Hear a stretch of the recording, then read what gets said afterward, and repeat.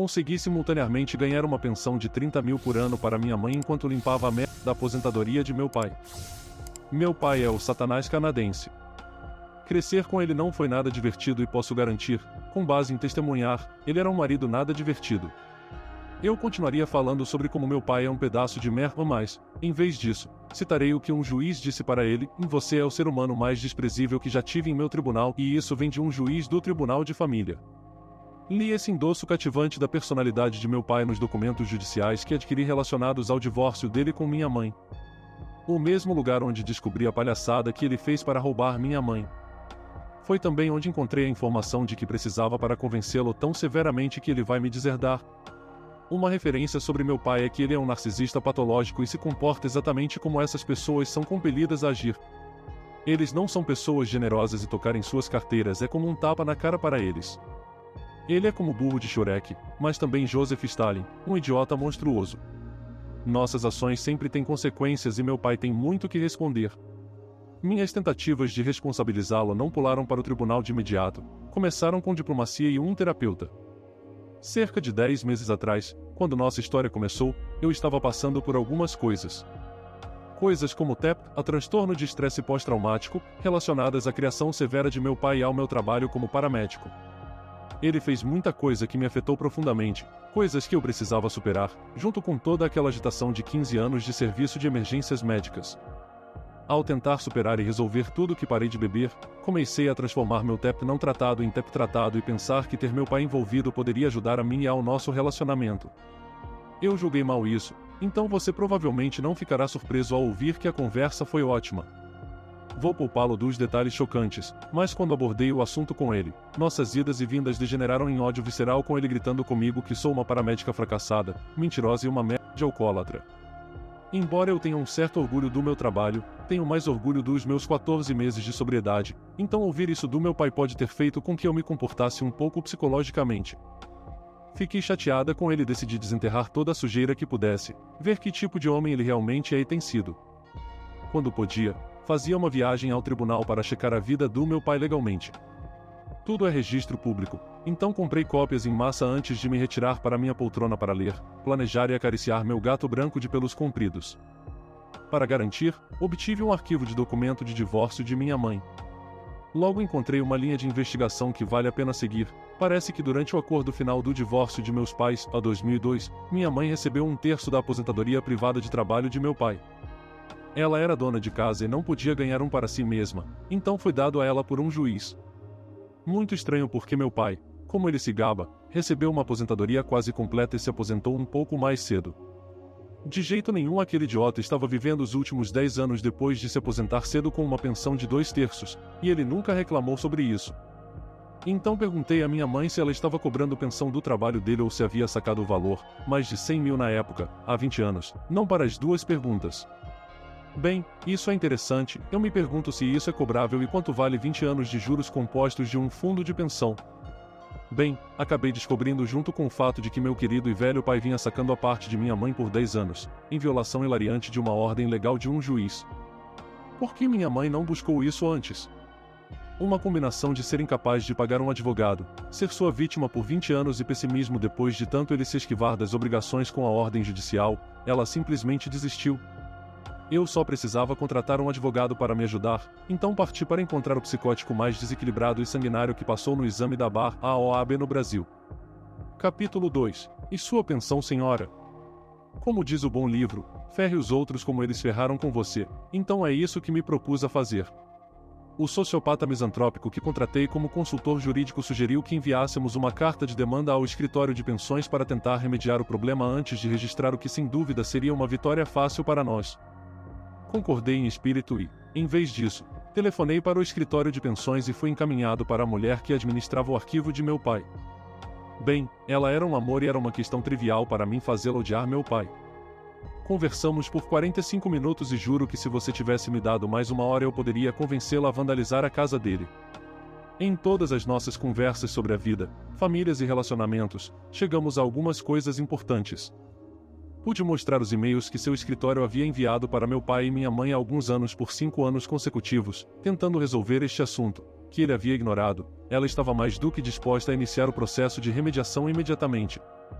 A total cooperação desta senhora e de seu escritório foi uma questão de apenas fornecer documentação e com meu advogado contratado, este escritório estava além de pedir a meu pai que cumprisse, eles obedeceram por ele.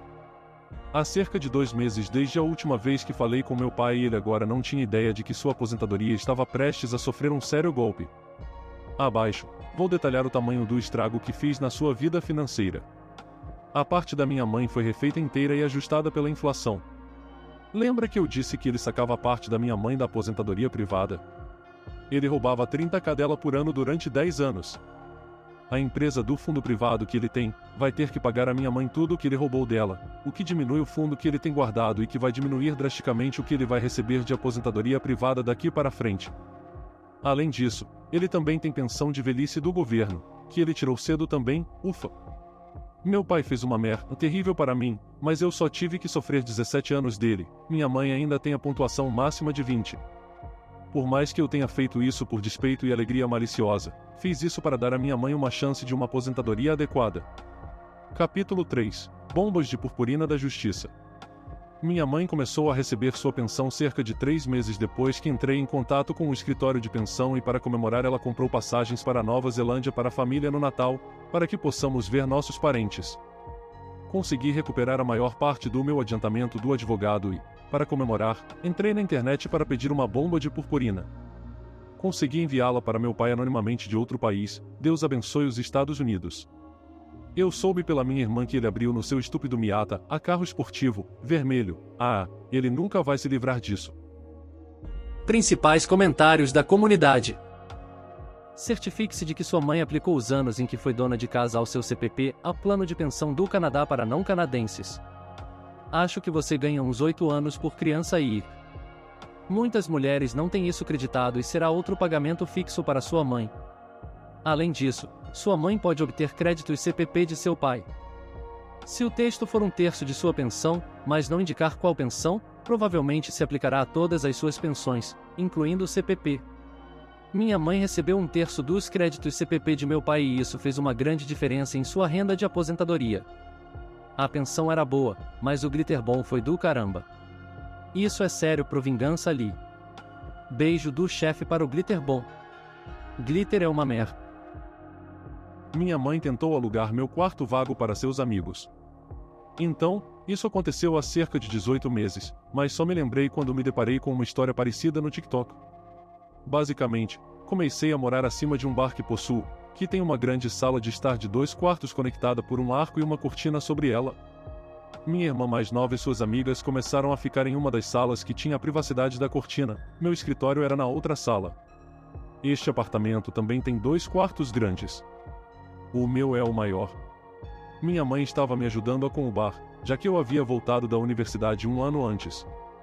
Minha mãe contratou um chefe que morava em uma ilha próxima, por exemplo, a ilha de Man, que era amigo dela anos atrás, mas eu nunca o conheci.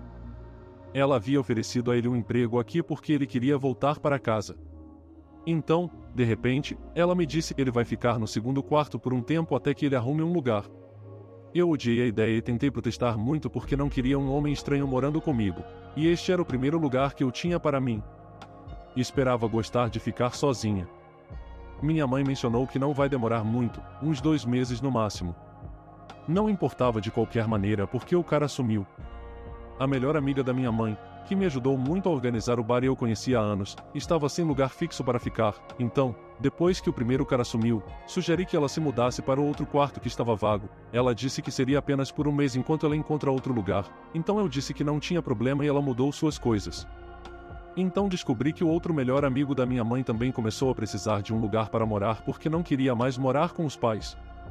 Então minha mãe o convidou para morar no meu apartamento. Quando ela me disse isso, questionei onde ele iria ficar.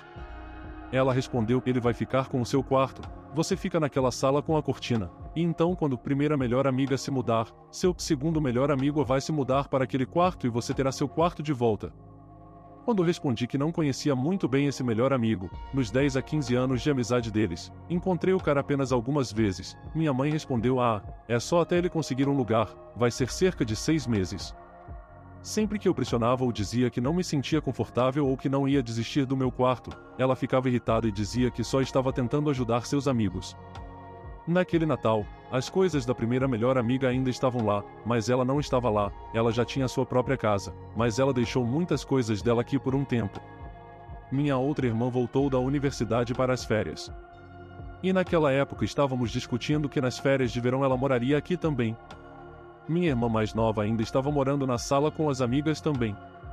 Então minha mãe disse, já que a primeira melhor amiga tem um lugar agora, o segundo melhor amigo pode se mudar para cá.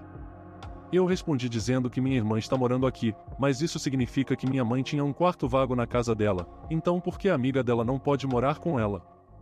Sua resposta, e eu não quero que eles, o segundo melhor amigo e sua namorada, morem comigo.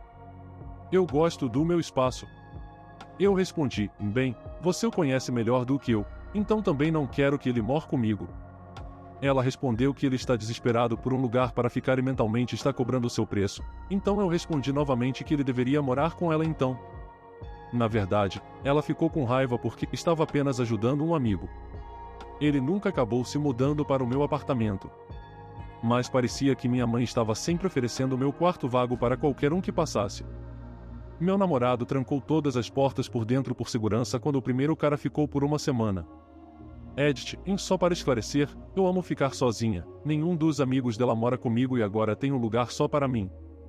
Minha mãe não trabalha mais no bar e agora que tenho minha própria casa e o bar, me mantive muito mais firme e digo muito mais. Não me sinto culpada e está tudo bem. Minha mãe e eu nos damos melhor agora que temos vidas separadas, só achei uma história engraçada porque acho hilária a ousadia. Principais comentários da comunidade. Ela não está ajudando ninguém. Ela está tentando fazer com que você ajude os amigos dela e, em seguida, ficar com o crédito. Se ela quiser ajudá-los, deve colocá-los em seu lugar. Mãe, eu não estou administrando um albergue para todos os seus amigos sem teto. Nunca mais ofereço meu quarto vago para ninguém. Se você fizer isso, eles serão rejeitados na porta. Sua mãe parece uma vaca. Eu chutaria ela para fora.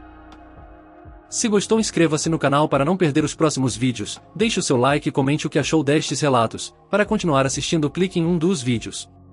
Até a próxima!